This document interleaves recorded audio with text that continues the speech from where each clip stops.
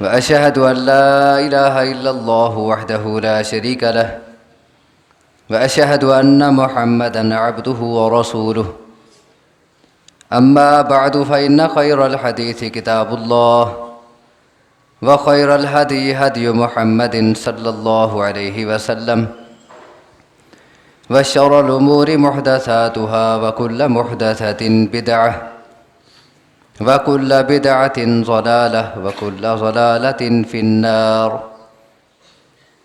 أعوذ بالله من الشيطان الرجيم. بسم الله الرحمن الرحيم. يا أيها الذين آمنوا اتقوا الله حق تقاته ولا تموتن إلا وأنتم مسلمون. يا أيها الناس اتقوا ربكم الذي خلقكم من نفس واحدة وخلق منها زوجها وبث منهما رجالا كثيرا ونساء واتقوا الله الذي تساءلون به والأرحام إن الله كان عليكم رقيبا. يا أيها الذين آمنوا اتقوا الله وقولوا قولا سديدا يصلح لكم أعمالكم ويغفر لكم ذنوبكم ومن يطع الله ورسوله فقد فاز فوزا عظيما. اللهم صل على محمد وعلى آل محمد كما صليت على إبراهيم وعلى آل إبراهيم إنك حميد مجيد. اللهم بارك على محمد وعلى آل محمد كما باركت على إبراهيم وعلى آل إبراهيم إنك حميد مجيد. رب اشرح لي صدري ويسر لي أمري واحلل عقدة من لساني يفقه قولي. قال الله تبارك وتعالى في القرآن المجيد. بسم الله الرحمن الرحيم. يقلب الله الليل والنهار إن في ذلك لعبرة لأولي الأبصار. اللہ تبارک و تعالیٰ کا یہ ایک نظام ہے کہ وہ موسم بدلتا ہے، دن اور رات لاتا ہے، اور اس میں ہمارے سامنے ظاہراً دنیاوی فوائد ہوتے ہیں، لیکن اللہ کے سامنے اس کا ایک اور مقصد ہے۔ اصل میں اس رات اور دن کے آنے جانے سے، ان موسموں کی تبدیلیوں سے زندگی کا وقت، دن اور رات اور یہ سال اور مہینے جو ہر انسان کو ملے ہیں، اصل میں وہ پورے ہو رہے ہیں۔ اللہ تبارک و تعالی نے قرآن مقدس میں فرمایا ہے وَهُوَ الَّذِي يَتَوَفَّاكُمْ بِاللَّيْلِ وَيَعْلَمُ مَا جَرَحْتُمْ بِالنَّهَارِ، کہ اللہ وہ ہے جو رات کے وقت میں وفات دے دیتا ہے۔ موت کو وفات کہا گیا ہے، نیند کو اس آیت میں وفات کے لفظ سے تعبیر کیا گیا ہے، کیونکہ نیند موت کی بہن ہے۔ جس طرح ایک مرا ہوا شخص ہوتا ہے، نہ سنتا ہے نہ دیکھتا ہے، جو شخص نیند میں ہو اس وقت اسے اپنا پتہ نہیں ہوتا، وہ نہ سن رہا ہوتا ہے نہ دیکھ رہا ہوتا ہے۔ فرمایا اللہ وہ ہے جو رات کے وقت تمہیں وفات دے دیتا ہے، اور دن میں تم نے جو کیا اسے پتہ ہوتا ہے۔ ثم یبعثکم فیہ، جب رات گزرتی ہے وہ دن کو تمہیں پھر اٹھا دیتا ہے۔ اس کا مقصد کیا ہے؟ رات آئی سو گئے، دن آئی اٹھ پڑے، کام کاج میں لگ گئے، اس سب کے پیچھے مقصد کیا ہے؟ لِيُقْضَى أَجَلٌ مُّسَمًّى، تاکہ ہر انسان کو جو وقت ملا ہے وہ پورا کیا جائے. اور جب یہ دن گزرتے، راتیں گزرتے، وقت پورا ہو جائے گا، ثُمَّ إِلَيْهِ مَرْجِعُكُمْ، پھر اللہ کی طرف تمہاری واپسی ہوگی. ثُمَّ يُنَبِّئُكُمْ بِمَا كُنتُمْ تَعْمَلُونَ، اور جب اللہ کے طرف تمہاری واپسی ہوگی، اللہ کے سامنے تمہاری پیشی لگے گی، تم نے ان دنوں اور راتوں میں، ان موسموں میں تم نے جو کچھ کیا، اللہ تمہارے سامنے رکھ دے گا. جب معاملہ یہی ہے تو مومن کوئی بھی وقت، کوئی بھی دن، کوئی بھی رات، کوئی بھی موسم مومن ضائع نہیں کرتا، بلکہ اس سے فائدہ اٹھاتا ہے اور آخرت کی تیاری کرتا ہے. اسی لیے عبداللہ بن مسعود رضی اللہ تعالی عنہ جب یہ سردی کا موسم آتا تھا، وہ یہ کہہ کر اس کا استقبال کرتے تھے، مرحباً بالشتاء، سردی کے موسم کو خوش آمدید، بڑا بہترین موسم آ گیا ہے. ابو ہریرہ رضی اللہ تعالی عنہ اس موسم کو الغنیمت الباردہ کہا کرتے تھے، ٹھنڈی غنیمت. ایک گرم غنیمت ہوتی ہے، دشمن سے لڑ کے مال غنیمت جو حال آتا ہے وہ گرم مال غنیمت ہے، اور یہ ٹھنڈا مال غنیمت. حضرت عمر رضی اللہ تعالیٰ عنہ کا فرمان ہے، الشتاء غنیمت العابدین، سردی کا موسم عبادت گزاروں کے لیے غنیمت ہے، وہ اس سے فائدہ اٹھا سکتے ہیں کہ اس میں راتیں لمبی ہو گئی، نیند بھی پوری کر لو، اللہ کے آگے قیام بھی کر لو. دن چھوٹے اور ٹھنڈے، نہ بھوک نہ پیاس، روزے رکھ لو. عبادت گزاروں کے لیے یہ موسم غنیمت ہے. مسند احمد کی روایت ہے، الشتاء ربیع المؤمن، سردی کا موسم مومن کے لیے ایک بہار ہے. کیسے؟ قصر نہارہ فصام، اس کے دن چھوٹے ہو جاتے ہیں، مومن ان میں روزہ رکھ لیتا ہے. وطال لیلہ فقام، راتیں لمبی ہو جاتی ہیں، مومن ان میں قیام کر لیتا ہے. اسی لیے عبید بن عمیر ایک تابعی ہیں رحمہ اللہ، وہ کہتے ہیں کہ جب سردی کا موسم آتا تھا، صحابہ کرام کے دور میں باقاعدہ کہا جاتا تھا، یا اہل القرآن، قرآن والو، طال اللیل لصلاتکم، تمہاری نمازوں کے لیے اللہ نے راتیں لمبی کر دی ہیں. وقصر النہار لصیامکم، تمہارے روزوں کے لیے اللہ نے دن چھوٹے کر دیے ہیں. فاغتنموا، اس سردی کے موسم کو غنیمت سمجھو. مومن کسی بھی لمحے کو، کسی بھی وقت کو وہ ضائع نہیں کرتا، چاہے سردی ہو گرمی ہو. اور یہ مومن کی نشانی ہے، راتوں کو اٹھ کے قیام کرنا، اللہ کے آگے سر بسجود ہونا، اللہ کے آگے رات کی تاریکیوں میں گڑ گڑانا، یہ ایک مومن کی نشانی ہے. صبح کی نماز میں، جمعہ کے دن جو لوگ جماعت کے ساتھ نماز پڑھتے ہیں، صبح کی نماز، انہیں پتہ ہے کہ پہلی رکعت میں جو سورت پڑھی جاتی ہے، سورۃ سجدہ، اس میں ایک آیت آتی ہے جس پہ سجدہ تلاوت کیا جاتا ہے، انما یؤمن بآیاتنا الذین اذا ذکروا بها خروا سجدا وسبحوا بحمد ربهم وهم لا یستکبرون. ہماری آیات پر تو بس وہ لوگ ایمان لاتے ہیں.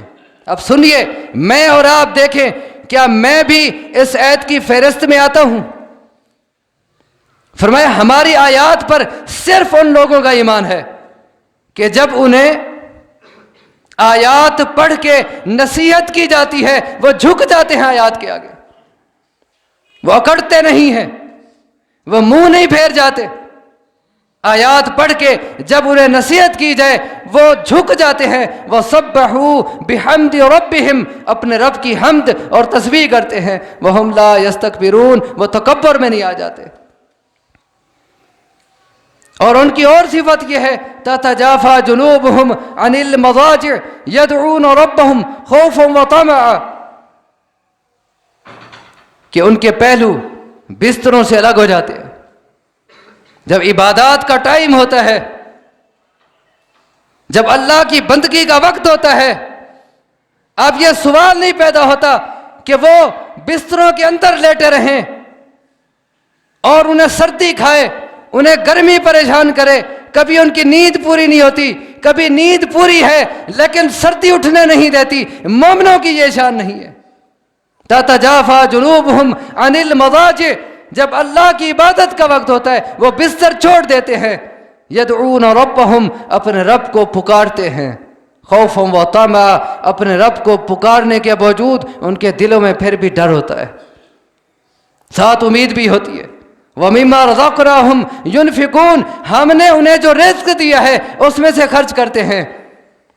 اب جن کی یہ قربانیاں ہیں اللہ نے ان کے لیے کیا تیار کیا ہے، فَلَا تَعْلَمُ نَفْسٌ مَا أُخْفِيَ لَهُم مِّن قُرَّةِ أَعْيُنٍ جزاء بما كانوا يعملون، ان کے عمل کا صلہ اللہ نے یہ تیار کیا ہے کہ ان کے لیے جنات میں ایسی آنکھوں کی ٹھنڈک رکھی گئی ہے، ایسے خوشی کے سامان رکھے گئے ہیں جس کو کوئی جان ہی نہیں سکتا، جس کا کوئی تصور ہی نہیں کر سکتا۔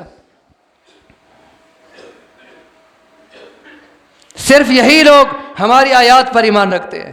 ایک اور جگہ فرمایا ایمانداروں کی صفت بیان کرتے ہوئے، کانوا قلیلا من اللیل ما یہجعون وبالاسحار ہم یستغفرون، راتوں کو وہ بہت تھوڑا سوتے ہیں، اور جب سحری کا وقت ہوتا ہے، رات کا پچھلا پہر ہوتا ہے، جب اللہ آسمان دنیا پہ نزول فرما کے اعلان کر رہا ہوتا ہے کوئی ہے مجھ سے روزی مانگنے والا میں اسے روزی عطا کروں، کوئی ہے مجھ سے گناہوں کی معافی طلب کرنے والا میں اس کے گناہ معاف کر دوں، کوئی ہے جو بیماریوں میں مبتلا ہو میں اس کی بیماریاں دور کر دوں، جب اللہ رات کے آخری تہائی حصے میں آسمان دنیا پہ نزول فرما کے اعلان کر رہا ہوتا ہے تو ایمانداروں کی صفت کیا ہے، وَبِالْأَسْحَارِ هُمْ يَسْتَغْفِرُونَ، وہ اس قیمتی وقت کو ضائع نہیں کرتے بلکہ اس وقت اٹھ کر جاگ کر اللہ کے آگے جھک کے اللہ کے سامنے اپنے گناہوں کی معافیاں طلب کرتے ہیں۔ ایک اور جگہ عباد الرحمن کی صفت بیان کی ہے۔ عباد الرحمن، رحمان کے بندے کون ہیں؟ کوئی رحمان کے بندے ہوتے ہیں، کوئی شیطان کے بندے ہوتے ہیں۔ رحمان کے بندے کون ہیں؟ ان کی ایک صفت والذین یبیتون لربہم سجدا وقیاما، جن کی راتیں رب کے سامنے سجدے اور قیام میں گزرتی ہیں۔ یہ رحمان کے بندے، وہ اپنی آنکھوں کا حق بھی ادا کرتے ہیں، وہ سوتے بھی ہیں لیکن اپنے رب کو نہیں بھلاتے، وہ گہری نیند نہیں سو جاتے کہ کوئی ان کو اٹھائے ہی نہ، صبح ہو جائے سورج نکل آئے وہ پڑے رہیں، وہ ایسا نہیں کرتے۔ یہ رحمان کے بندے ہیں۔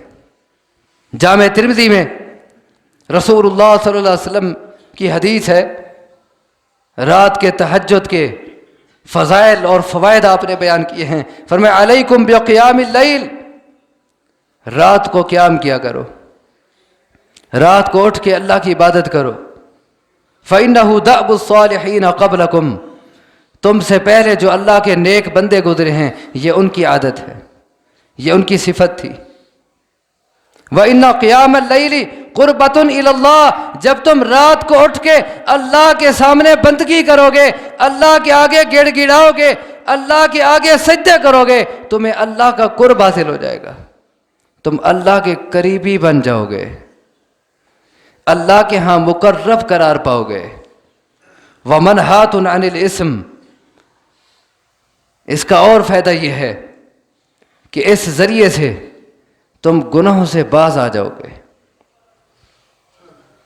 جب تمہیں یاد آئے گا کہ رات کی تاریکی میں میں اللہ کے سامنے اٹھا تھا، میں نے حاضری دی تھی، اللہ کے آگے گڑ گڑایا تھا، اللہ کے آگے رویا تھا، اب میں گناہ کروں، اللہ کی نافرمانی کروں، وہ رات کی حاضری کہاں گئی؟ وہ اللہ کے آگے میرے سجدے کہاں گئے؟ وہ میری بندگیاں کہاں گئی؟ جب یہ سوچو گے رات کی تنہائی میں کی ہوئی عبادت تمہیں گناہوں سے باز رکھے گی، منہات عن الاسم، اور جب تمہارا یہی طرز عمل ہوا تکفیر للسیئات، اللہ تمہارے گزشتہ گناہ معاف کر دے گا، تمہاری سابقہ کوتاہیوں پہ معافی کا قلم پھیر دے گا۔ تو یہ سردی کا جو موسم ہے اس میں طویل راتیں، اللہ کی عبادت کا موقع آسانی سے مل سکتا ہے۔ اس کے ساتھ ساتھ اس کے دن انتہائی چھوٹے اور ٹھنڈے دن، جس میں نہ بھوک کا احساس نہ پیاس کا احساس ہو، تو ان دنوں میں نفلی روزے رکھے جائیں، کم از کم ایام بیز کے روزے۔ ایام بیز وہ راتیں جو سفید راتیں ہوتی ہیں، روشن، ان کے دن جس کی تفسیر حدیث میں آئی ہے 13، 14 اور 15 ہر مہینے کی، ہر عربی مہینے کی 13، 14، 15 تاریخ، 3 روزے ہر مہینے۔ اس کی فضیلت کتنا ہے؟ رسول اللہ صلی اللہ علیہ وسلم کی حدیث ہے، من صام ایام البیض فکأنما صام الدہر، جس نے ہر مہینے ایام بیض کے روزے رکھے، 13، 14، 15 تاریخ کا روزہ رکھا، یوں سمجھو اس نے زمانے بھر کے روزے رکھے، اس کے نامہ اعمال میں ہر مہینے ان 3 روزوں کا ثواب اتنا لکھا جائے گا گویا کہ اس نے پوری زندگی کبھی روزہ چھوڑا ہی نہیں ہے، ہمیشہ روزے رکھتا رہا ہے۔ عمل قلیل لیکن اجر کثیر ہے، اللہ کے خزانے بڑے وسیع ہیں۔ وہ معمولی نیکی پہ، معمولی سی عبادت پہ بہت بڑا اجر دے سکتا ہے، لیکن یاد رکھیں یہ معمولی نیکی پہ اجر کثیر، یہ صرف سنت پر عمل کرنے کی وجہ سے، صرف سنت پر عمل کرنے کی وجہ سے۔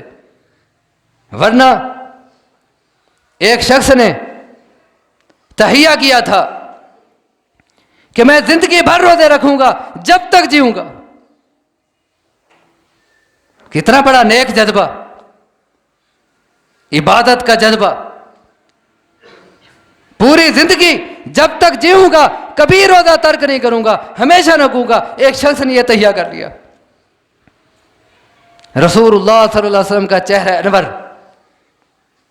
جو حسن اخلاق کا پیکر تھا غصے سے سرخ ہو گیا، فرمایا انی اعلمکم باللہ واتقاکم لہ، سب سے بڑا عالم میں ہوں، کائنات کا سب سے بڑا متقی اور پرہیزگار میں ہوں، تمہیں پتہ ہے کہ میرا طریقہ کیا ہے؟ اصوم و افطر، میں نفلی روزے رکھتا بھی ہوں چھوڑ بھی دیتا ہوں، زندگی بھر کبھی میں نے روزہ نہیں رکھے، کبھی روزے رکھتا ہوں کبھی نہیں رکھتا۔ فمن راغب عن سنتی فلیس منی، جس نے میری سنت سے منہ موڑا وہ میرا نہیں ہے، اس کا میری جماعت سے کوئی تعلق نہیں، میرے دین سے کوئی تعلق نہیں ہے، جیسے نے میری سنت سے منہ موڑ لیا۔ اب یہ کس کو فرما رہے ہیں؟ جس نے میری سنت سے منہ موڑ لیا، کس کو فرما رہے ہیں؟ جس نے کسی غلط کام کے کرنے کا اظہار کیا تھا، بلکہ اس کا جذبہ یہ تھا کہ میں روزے رکھوں گا، اسے فرمایا جس نے میری سنت سے منہ موڑ لیا وہ میرا نہیں ہے۔ چاہے زندگی بھر کے روزے رکھ لو، 10 سال کے روزے، 20 سال کے، 50 سال کے روزے ہوں، لیکن فرمایا میرے ساتھ تعلق ختم ہے۔ زمانے بھر کے روزے صفر ہیں، لا حاصل، کوئی فائدہ نہیں، خاسرہ دنیا والآخرہ کا مستاق۔ دنیا میں بھی نقصان، آخرت کا بھی خسارہ. دنیا میں بھی لذت نہیں اٹھائی کبھی، ہمیشہ کے روزے دن کو کچھ کھا پی نہیں سکتا. آخرت کا بھی نقصان ہے.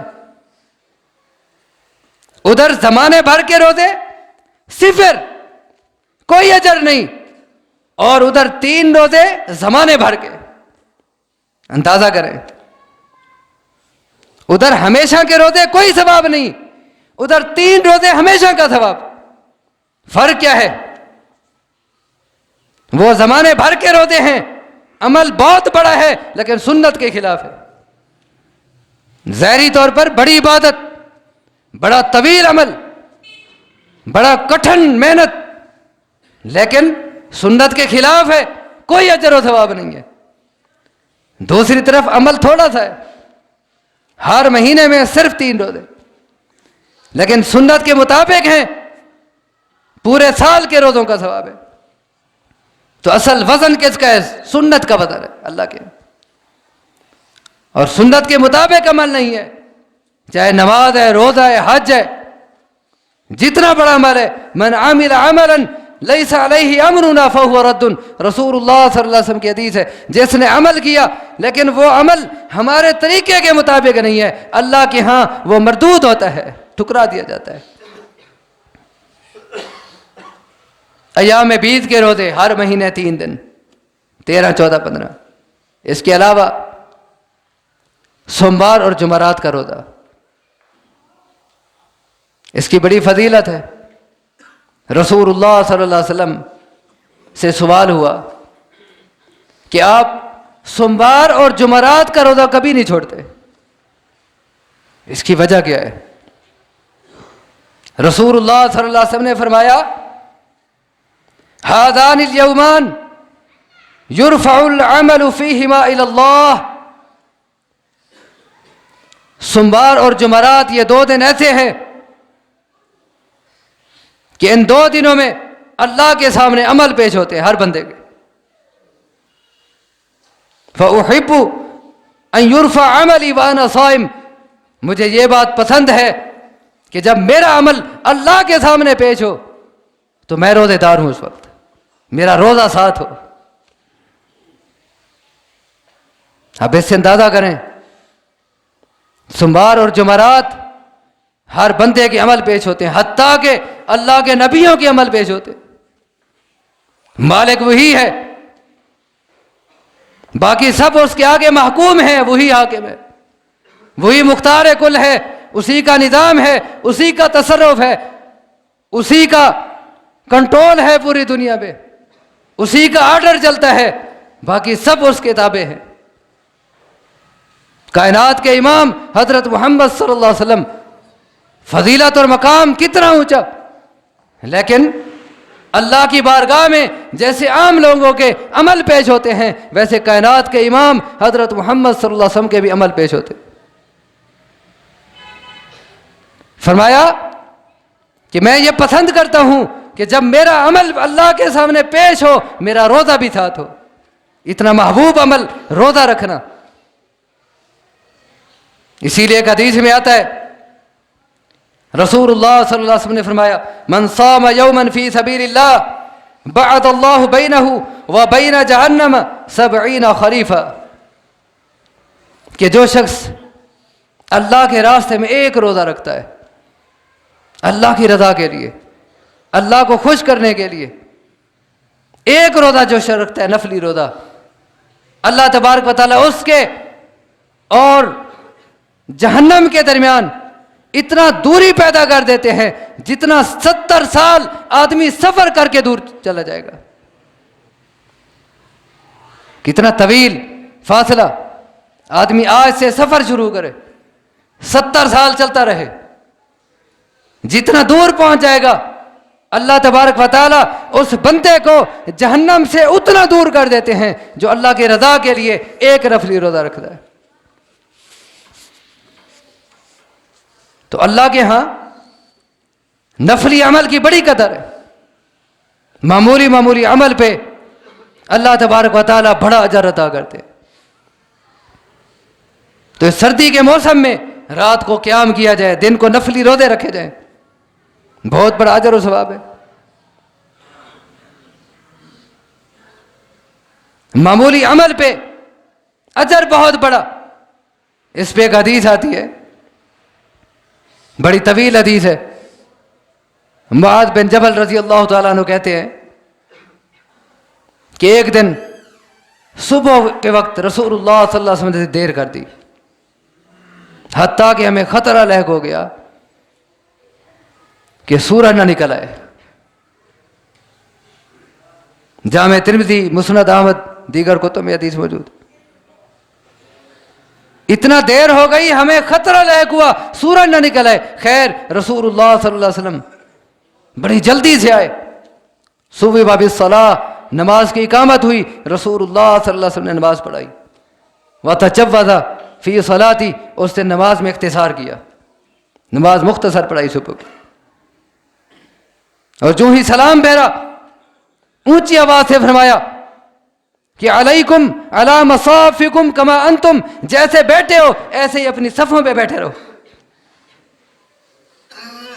پھر ہماری طرح متوجہ ہوئے، فرمایا کہ آج مجھے دیر کیوں ہوئی، میں تمہیں اس کا سبب بتاتا ہوں. میں آج رات اٹھا، رات کو قیام کیا، وضو کیا، قیام کیا. صلیت ما قدر لی، جتنا نماز رات کا تہجد میرے نصیب میں تھا میں نے وہ پڑھا. پھر مجھے نماز میں اونگ آ گئی اور اونگ ذرا گہری ہوئی. فَإِذَا أَنَا بِرَبِّي تَبَارَكَ وَتَعَالَى، مجھے اس اونگ کے اندر اپنے رب کا دیدار ہوا. فی احسن صورہ، انتہائی خوبصورت شکل میں. اس اونگ میں، اس خواب میں اللہ نے کہا یا محمد، اے محمد صلی اللہ علیہ وسلم. میں نے کہا لبیک رب، میں نے کہا اللہ میں حاضر ہوں. اللہ نے پوچھا فیما یختصم الملأ الاعلی، معزز فرشتوں کی جماعت کس مسئلے کے بارے میں آپس میں گفتگو کر رہی ہے؟ میں نے کہا لا ادری ربی، میں نے کہا اللہ مجھے پتہ نہیں ہے. لوگ تو کہتے ہیں کہ رسول اللہ صلی اللہ علیہ وسلم غیب جانتے تھے،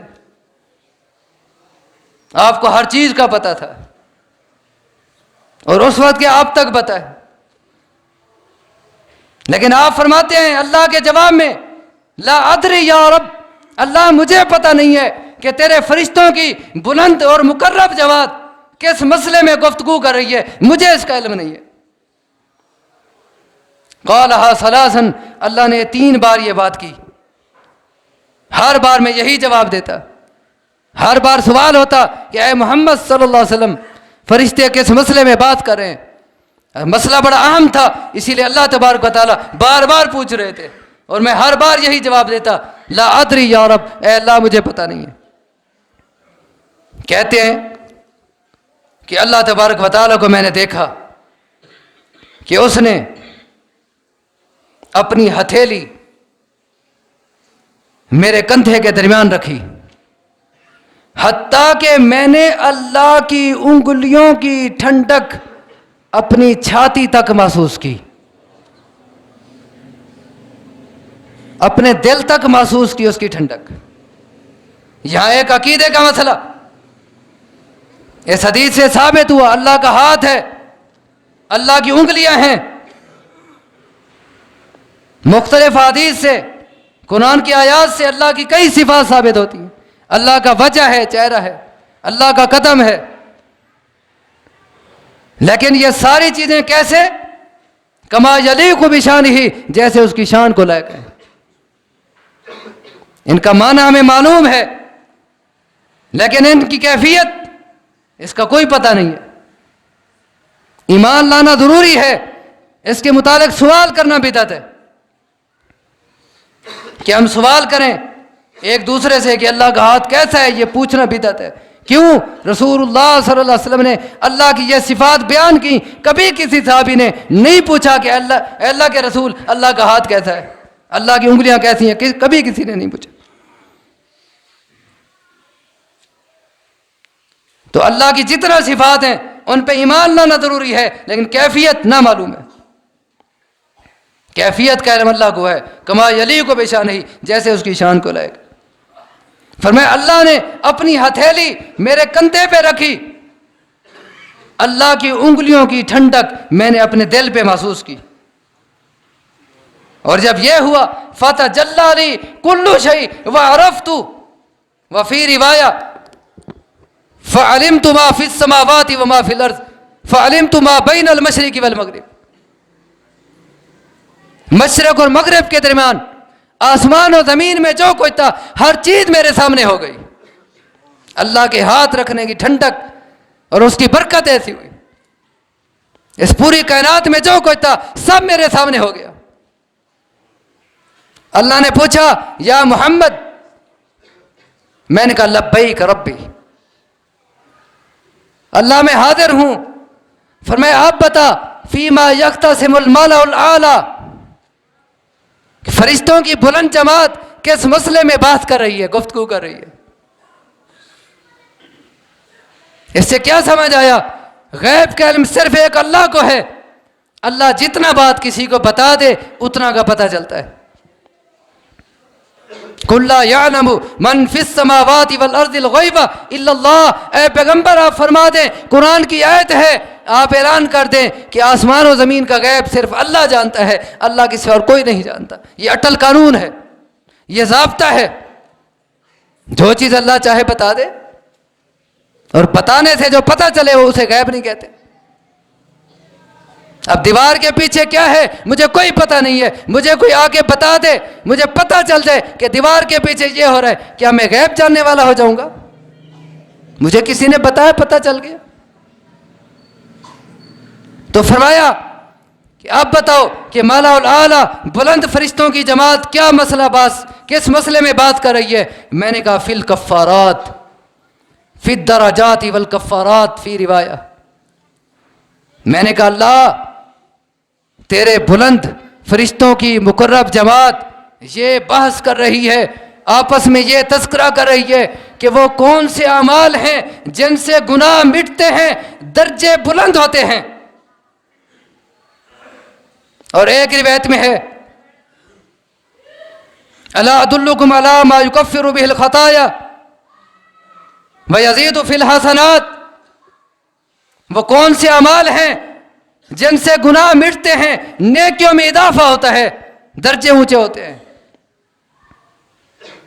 آخر اتنا مسئلہ، اہم مسئلہ تھا نا کہ اللہ کے فرشتے آپس میں تذکرہ کریں آسمانوں پہ۔ اللہ تبارک و تعالیٰ نے پھر سوال کیا ما ہن، اے پیغمبر صلی اللہ علیہ وسلم، پھر وہ کیا بات ہے ان کی، کیا گفتگو ہے، انہوں نے آپس میں کیا گفتگو کی ہے کہ کفارات کیا ہوتے ہیں، وہ کون سے عمل ہیں جن سے گناہ مٹتے ہیں؟ میں نے کہا مشی الاقدام الی الجماعات، وفی روایہ کثرت الخطا الی هذه المساجد، مسجد میں جماعت کی طرف پیدل چل کے جانا۔ کس کی طرف؟ الی الصلاۃ نہیں کہا، الی الجماعہ، جماعت کی طرف جانا۔ یہ تڑپ ہو، یہ جذبہ ہو کہ میں جلدی پہنچوں، مجھے جماعت مل جائے، اس سے گناہ مٹتے ہیں ہر قدم پہ۔ وَكَثْرَةُ الْخُطَىٰ إِلَىٰ هَٰذِهِ الْمَسَاجِدِ، ایک اور روایت کے لفظ ہے مسجدوں کی طرف بہت زیادہ قدم اٹھانا۔ بہت زیادہ قدم کے دو معنی، ایک معنی گھر دور ہے پھر بھی چل کے آتا ہے، کوئی تو ایسے بھی ہوتے ہیں گھر قریب ہے پھر بھی نہیں نصیب ہوتا جماعت کے ساتھ نماز پڑھنا، اور کوئی وہ خوش نصیب بھی ہیں یہ گھر انتہائی دور ہے لیکن کوئی جماعت ان کی رہتی نہیں ہے، نصیب کی بات ہے. مسجدوں کی طرف بہت زیادہ قدم اٹھا کے جانا. بہت زیادہ قدم کے دو معنی. ایک معنی کیا ہے؟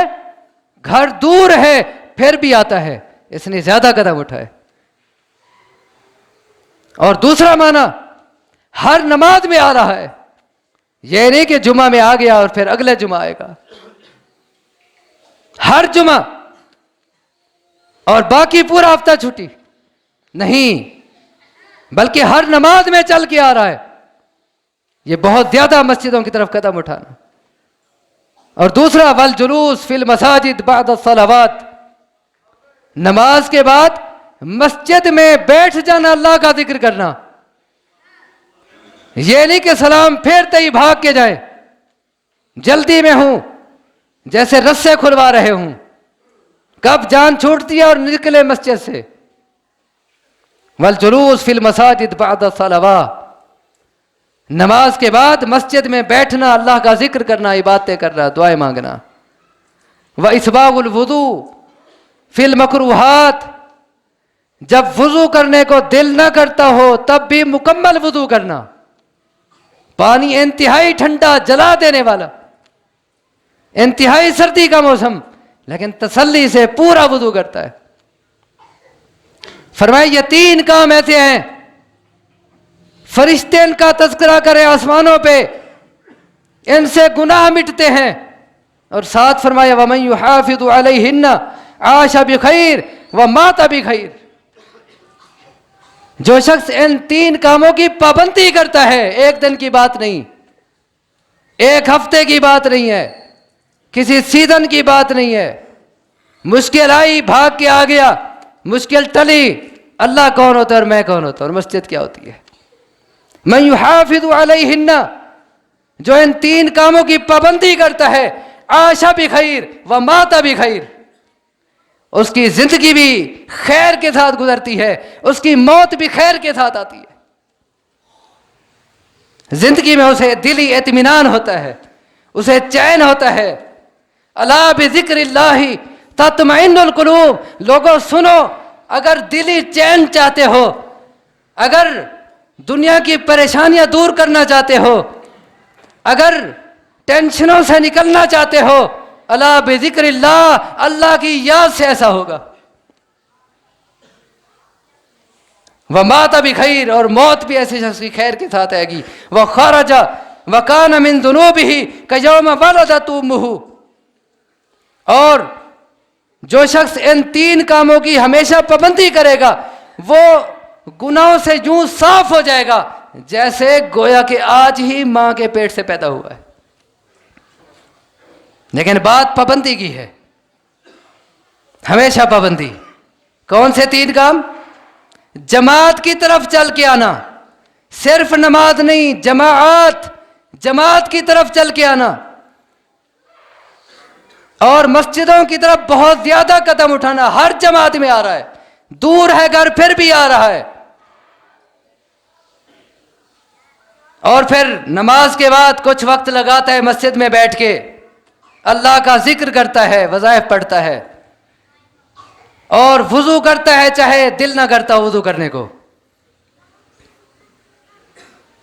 اللہ نے اور سوال کیا، یا محمد اذا صلیت فقل. جب یہ سوال جواب ہو گیا، رب کا دیدار خواب میں سوال جواب ہو رہے ہیں، آخر میں اللہ نے کہا یا محمد اذا صلیت فقل.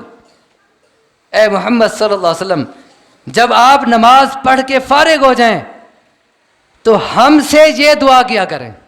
اب اللہ خود کہہ رہا ہے جب نماز پڑھ کے فارغ ہوں تو ہم سے مانگیں.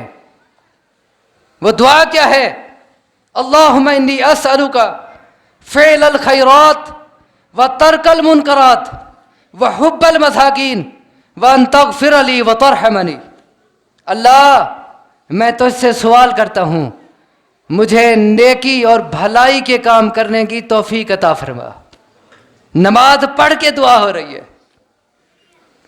وترک المنکرات، اللہ برائیاں چھوڑنے کی توفیق دے. یہ نہیں کہ مسجد میں آ کے میں اللہ اللہ کروں اور باہر جا کے مجھے پتہ ہی نہ ہو کہ اللہ کون ہوتا ہے، اور اسلام کیا ہے اور دین کیا اور میں کون ہوں. نماز پڑھ کے دعا مانگ، اے اللہ مجھے بھلائی کے کام کرنے کی توفیق دے، برائیاں چھوڑنے کی توفیق دے. وحب المساکین، میرے دل میں ان کی محبت پیدا کر دے جو ضرورت مند ہیں، جو مسکین ہیں، یعنی جن کی آمدنی کم ہے، خرچ زیادہ ہے. اے اللہ میرے دل میں ان کی محبت پیدا کر. اور ظاہر ہے جب ان کی محبت آئے گی پھر ان پہ ترس بھی آئے گا، پھر ان کی دیکھ بھال بھی ہوگی. اور ساتھ وَأَن تَغْفِرَ لِي وَتَرْحَمْنِي، اللہ میں تو اس سے سوال کرتا ہوں میرے گناہ معاف کر دے، مجھ پر رحم کر. وَإِذَا أَرَدْتَ بِعِبَادِكَ فِتْنَةً فَاقْبِضْنِي إِلَيْكَ غَيْرَ مَفْتُونٍ. اے اللہ جب کبھی تو اپنے بندوں کو آزمائش میں ڈالنا چاہے، اللہ مجھے اس آزمائش سے بچا کے پہلے اپنے پاس اٹھا لینا، مجھے اس آزمائش میں نہ ڈالنا. اسألک حبک وحب من یحبک وحب عمل یقرب الی حبک. اے اللہ میں تو اس سے سوال کرتا ہوں تیری محبت کا، مجھ سے محبت کر. یا دوسرا معنی میرے دل میں اپنی محبت ڈال دے، دونوں معنی اس کے. اللہ تیری محبت کا سوال کرتا ہوں، یعنی میں تو اس سے محبت کروں، یا تیری محبت کا سوال کرتا ہوں تو مجھ سے محبت کر. اور میں ان لوگوں کی محبت کا سوال کرتا ہوں جو تجھ سے محبت کرتے ہیں، یعنی جو تیرے نیک لوگ ہیں، ولی ہیں، نیک عبادت گزار. اے اللہ میرے دل میں ان کی محبت پیدا کر، میرے دل میں ان کا بغض نہ ہو، نفرت نہ ان سے. وحب عمل یقرب الی حبک، اے اللہ میرے دل میں اس عمل کی محبت ڈال دے جو مجھے تیرے قریب کر دے. فرمایا اے محمد صلی اللہ علیہ وسلم جب نماز سے فارغ ہو اللہ سے یہ دعا کیا کر. باتیں دو تھیں، فرشتے بحث کر رہے تھے کہ گناہ کس سے مٹتے ہیں اور درجے کس سے اونچے ہوتے ہیں. آخری بات اللہ نے پوچھا اور درجے کس سے اونچے ہوتے ہیں؟ آپ نے فرمایا افشاء السلام. 4 کام ہیں، 4 کام جن سے درجے اونچے ہوتے ہیں، نیکیوں میں اضافہ ہوتا ہے، اللہ کے ہاں مقام بڑھتا ہے. وہ کون سے 4 کام؟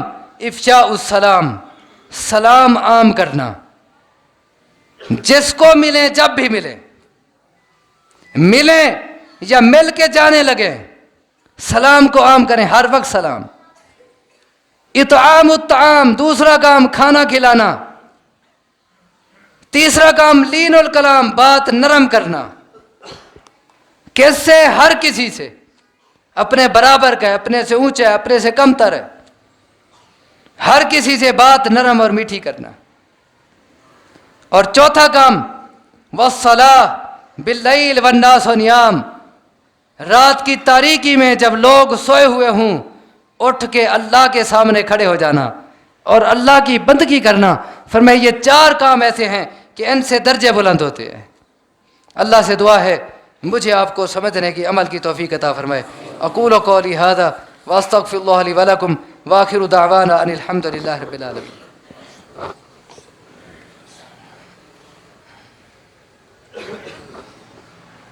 ان الحمد للہ نحمده ونستعینه ونستغفره ونعوذ باللہ من شرور انفسنا ومن سیئات اعمالنا من يهده الله فلا مضل له ومن يضلل فلا هادي له واشهد ان لا اله الا الله وحده لا شريك له واشهد ان محمدا عبده ورسوله.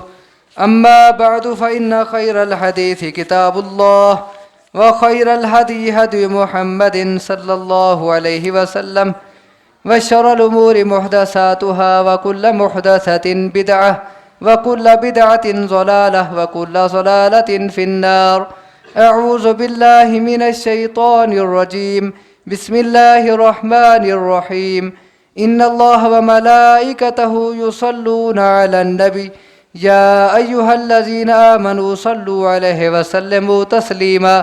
اللهم صل على محمد وعلى آل محمد كما صليت على إبراهيم وعلى آل إبراهيم إنك حميد مجيد. اللهم بارك على محمد وعلى آل محمد كما باركت على إبراهيم وعلى آل إبراهيم إنك حميد مجيد. ربنا آتنا في الدنيا حسنة وفي الآخرة حسنة وقنا عذاب النار.